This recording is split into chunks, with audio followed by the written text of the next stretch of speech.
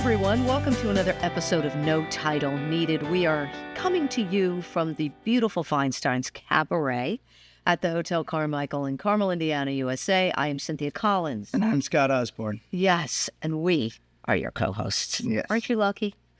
And today we have as our guest Mike Aulby. Mike, bowling champion.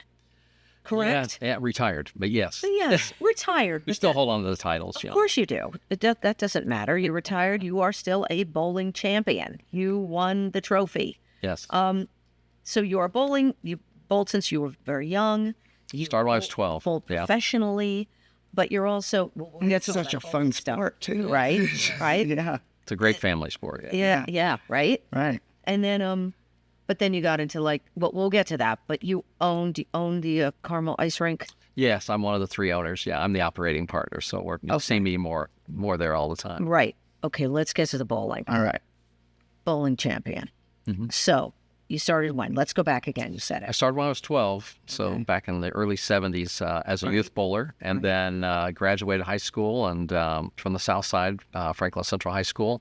Went to the National Youth Championships, and then I started on tour right out of high school. You mentioned you worked at an alley when you were... Yeah, I worked at Play Bowl, which is when Irvington, no longer there. It's a flea market now, I think. But, so I worked there and practiced, for a quarter a game every day. And so that's how I kind of got where I was at. But then, like I said, started the tour when I was 18. Wow. Right out of high school? Right out of high school. Yeah, traveling the country, yeah. So you just went on tour and continued? Yeah, my goal was always to hopefully earn enough money to be able to stay out there as long as I could, and I ended up winning the 11th tournament of my career. I won the PBA National Championship, which was one of the major events, and so from then on, it just kind of, I was very fortunate, and my career, I bowl a little bit now, but not tour-wise or anything like that, and so I ended up winning 29 times on tour, so. Oh my God. So 29. When I was a kid, we were talking about they used to have the bowling on the regular. Yes, yeah. Right. ABC television, yes. Yeah. So who knows? I could have seen you. I made, I guess it was 95 shows, in my career. But yeah, we were on right before Wide World of Sports, the Pro Bowlers Tour. Jim McKay and Chris Schenkel was our announcer, and a wonderful man from Indiana, and Nelson Burton Jr. was the color guy, and so I was on there. You probably would have saw me several times. Oh my gosh! Yeah. Did you ever? Now listen, bowling I think it's very difficult. It's really hard. A lot more to it than you. Everybody does it for leisure. It's fun. Kids, yes. It's like great family golf. Sport. Great family sport. But it's hard. And did you ever get? Did your wrist ever get? Did you have to? I went early. Health-wise, no. More foot problems than anything, But not really now. Just now that I'm old, I get other problems, back problems. But but on tour, no, I never really had issues with that. And I bet you probably wouldn't guess about how many bowling balls that you would take with me. 10. The most I ever drilled in 1 year was 132. Oh my goodness. Yeah. Wow. So I was thinking 4. So you drill them different ways to make them hook earlier or later. You can sand them, make them roll sooner, hook more, shine them so they go longer and snap later. I never thought of that element. Yeah, no, it's like adapting a race car to the road without the danger. So is there a piece of sandpaper in your bowling bag? Of course. Wow. Yeah, you got to have that. Never would have thought of that. Yes. My God, did your bowling ball, and you had said you had about 5,000 of them. Did you like a certain color? I like the darker colors because the lighter colors, I would lose the depth perception of them when I couldn't tell if they were quite where I wanted them when they hit the white pins. So I didn't tend to use some of the lighter colored ones. Okay. But I kept anything I ever shot a perfect game with or won a title with, I still have. That was one of my questions. Is how I know that the 300 is that standard perfect game, 12 strikes. Yeah. Yeah. How many of those? You just mentioned you got one. My first question was going to be if that happened. And 50. 50 of them. 50 sanctioned. Yeah, 50 sanctioned. Yeah, not in practice, but in competition, yeah. Cool. Actually shot one on television in 1993. So, wow. And Chris Schenkel was the announcer that day, and So yeah, no, it's one of those things you never thought. Yeah, it's one of those things you never thought I would do on television. I mean, they're just rare. Yeah. And but to be able to do it on TV, and then the gentleman I bowled shot 279. He only missed one time, and so I had to have the first strike in the 10th just to win the. Was that one of your championships? It was in Wichita, Kansas. Wow. Mm-hmm. Touring. Now, how does that work with bowling with the touring? What part of the season is it? Is there a season? No, it's changed now. Yeah, you're on the road a lot. I mean, it's changed. When I bowled in the 25 or 27 years that I was out there, the winter tour basically January through the end of April. You were off the month of May. June, July, and August was the summer tour, off September. October, November was the fall tour, off December, and then start again. And there was about 36 to 37 tournaments a year at that point. And then... where are we at now? Now they're in the 15, 16 range. Oh, okay. Yeah, but they make a little more money. But it's a much more condensed tour.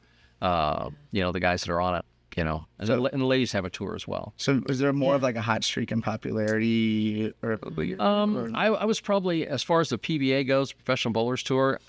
I was probably more in the heyday of it, in the 80s and to the mid 90s. But today they have some great players. E.J. Tackett, who's the strongest player around and setting records right and left from Marion, Indiana. Wow. And so doing very well. So that's can be grueling, touring. It wear you out mentally and physically both. Yeah, it does. You're not home. You're constantly on the go, and then you have to perform. Yeah, practice. You got to be ready. And you're practicing too. Yeah. Right. When it's going good, it's the greatest place to be out there doing that stuff. When it's going bad, food tastes the same. The hotel rooms are the same. Of course. It's not. And you kind of forget where you are. I mean, exactly. It does kind of all run together. Yeah. Were you traveling by bus or plane? No, I had a van and all my equipment with me. Yep. We'd drive, stop. My wife would travel with me until my son got to be school age. He would travel as well once he got that age. But very fortunate. And my wife's sister was married to my doubles partner. So they traveled in a motorhome. They were from California. Yeah, and they were from California and traveled in a motorhome, and they had their 3 kids with them, and they homeschooled their kids. So so we were very close and got to know. We spend most of all of our Christmases for the last 40 years, except the pandemic, in California with them. So it's special. Yeah, very nice. Yeah. Oh my gosh. How about some of the guys you worked with, the guys you toured with? I mean, even though you were competing against them, because you were all competing against each other. Yes. How was the camaraderie there? Really good. I mean, it's we all traveled from stop to stop, and everybody knew how grueling it was. So you're always in everybody's corner. But you then again, you're bowling that person for a title. I mean, I had to bowl my brother-in-law 3 times for titles. And 4 times. And then you're not going for Christmas. Well, the money doesn't go in the same bank. So you gotta, it's just hard to differentiate that. And but if you ever needed anything, there was always people there to help you, and it was very good camaraderie. It was very good amongst everybody. Yeah. Oh, good. Very neat. All right, we have to take a break. Yep. We're going to take a break. We'll be back with Mike Aulby, and then we're going to talk about all the skating rink. Right. All the skating rink. Hullabaloo. Excited to get into that. All right. Thanks.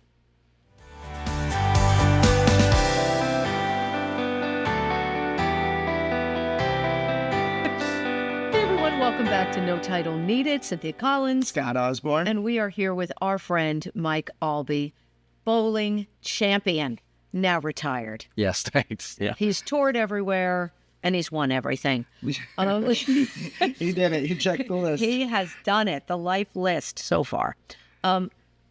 We were talking on the break real quick about, first thing, 2 things. Yeah. The 7-10 split. Dreaded. That one. Dreaded 7-10. Dreaded because Philip Peluso is obsessed with that. So you must answer that. You must answer how hard that is and what's the percentages. And yeah, it's the most difficult spare there is, and anytime you leave it, you don't want to see it because it's only picked up 2% out of the time. And in the 25 years I was on tour, 27 years, I picked it up 1 time. So explain it. Well, you're that 2% coming from a professional too, right? Yes. Yeah. So you roll the first. Okay, you do the first. And most people thought that when you leave a 7-10, it's because you hit the middle of the pins and you leave the 2 farthest apart ones there are, the ones on both corners. Right. Well, a lot of times as the tour got to be going and guys got more and girls got more power and more hook on the ball, they started coming in at a different angle. Well, then they started leaving more of those.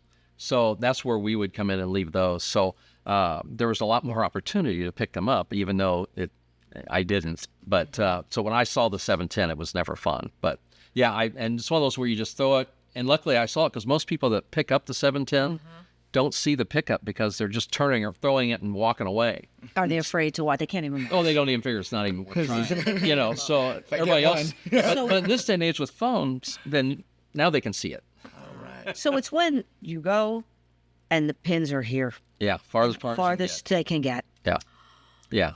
And it's been picked up probably on national television 3-4 times maybe. Because you're hoping you hit this and it ricochets off. Yeah, and hits the exactly other ones. right. What's the name of that bowling movie where it is all themed up? Yes, Kingpin. it comes down to the end with a 7-10 split. Yeah. I actually turned down the spot in that. But Really? yeah, I did. Yeah, I had just shot the perfect game on television in Wichita.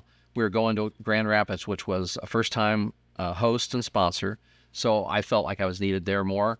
And so I was with Brunswick at the time, and they took the staffers, and I was part of the Brunswick staff, and they all went out there, and they said it was a good time, but they spent a lot of time in the trailer just waiting to do 30 seconds. Yeah. Oh, that's what you did. So they got to meet some of the actors and that. So it was a good experience for me. Obviously, it's one of the kind of movies that people remember bowling for. So it's a lot of fun. But yeah, I did pass on that. Was that the 90s? It was the 90s. Yeah. I never saw 93 was when they filmed it. Yeah. So what, and we were talking about this, and he kind of explained it, but you were kind of one of your biggest accomplishment in bowling. I mean, you're a champion. Right. But in that champion, in your champion world of you, what is the biggest highlight? Well, for me, I think that my first title was, I'm 19, 11 tournaments, so there's something to be said about being young and naive because you're not really that nervous because you don't know what to be nervous about. Right. So that was always cool because it made me feel like I belonged.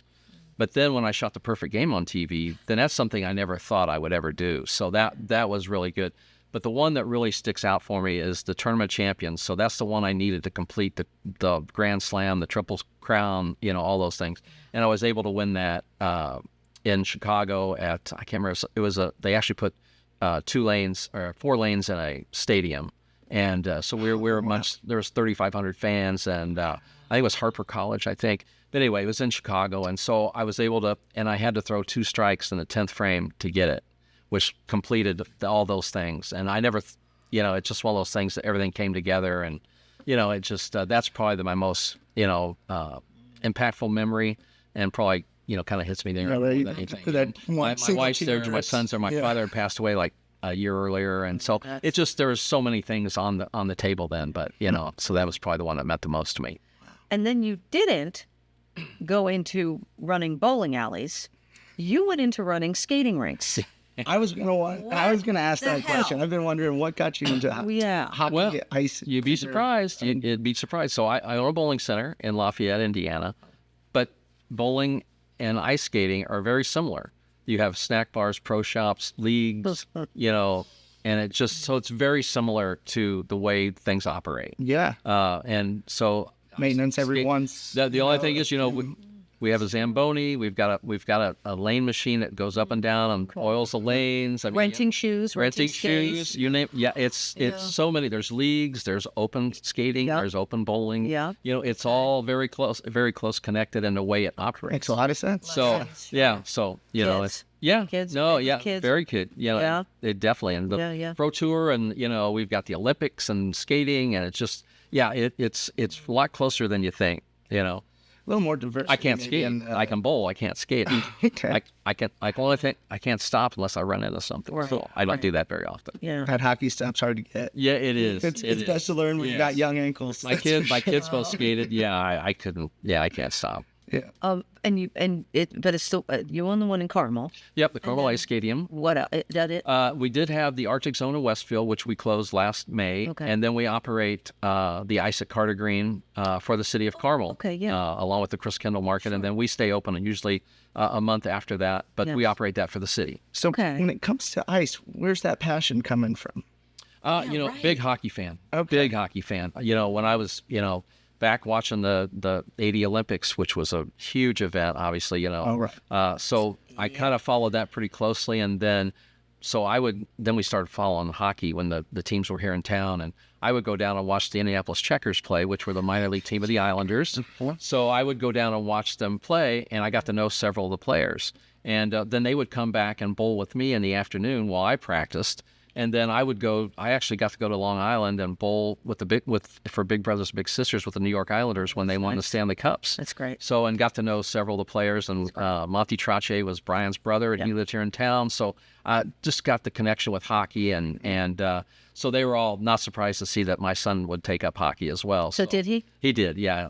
He played all through high school. Carmel, he played for Carmel, and then he played club. He played a couple games for the University of Kentucky, but club sport, but just a couple games. Yeah. And then I gotta thank you for giving me a few years of great memories from 11 to 14 playing over at the Carmel. Oh yeah, no, as the IYHA, Indianapolis Youth Hockey Association, they've been over 50 years. They've been around and still going, and it's they do a great job there for. I love hockey. I grew up with it. Yeah, it's fun. It's just the camaraderie. I mean, I think that's one of the things that you would know from playing. I mean, right. The teams just bond. I mean, that was one thing I'd hope my son would get himself attached to when he was growing up, would have something once he got to high school to have something to attach himself to, and he did, and he, made the team, and it just long-lasting, friendships, and it's like a constant noogie.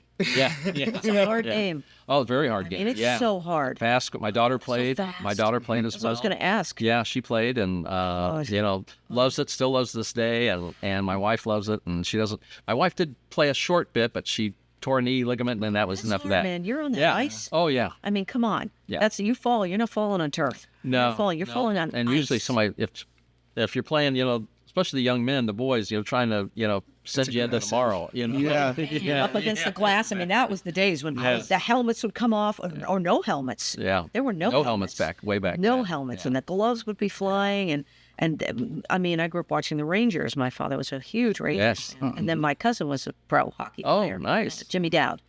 So cool. Started with the Devils. Yeah. Jersey Devils, and then ended with the Devils too. Ended his career really? with the Devils. That's fun to go back home.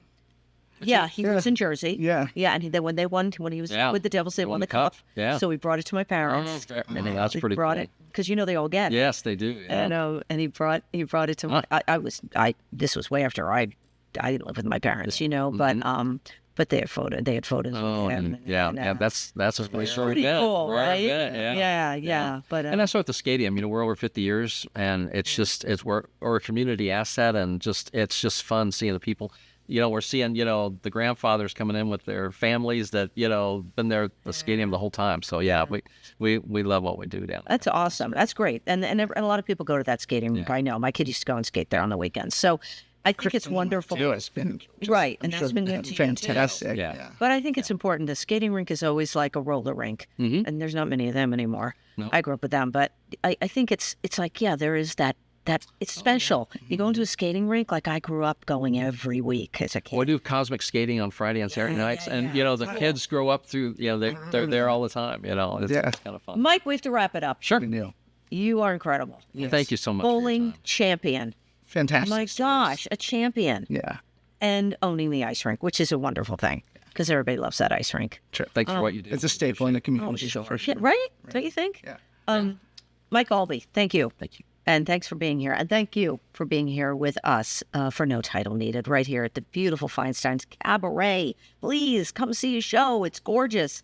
The talent is exceptional and a wide variety, and you will not be disappointed. And the drinks are pretty damn good. They make them well. They sure do. They sure do. Cynthia Collins. Scott Osborne. We'll see you next time.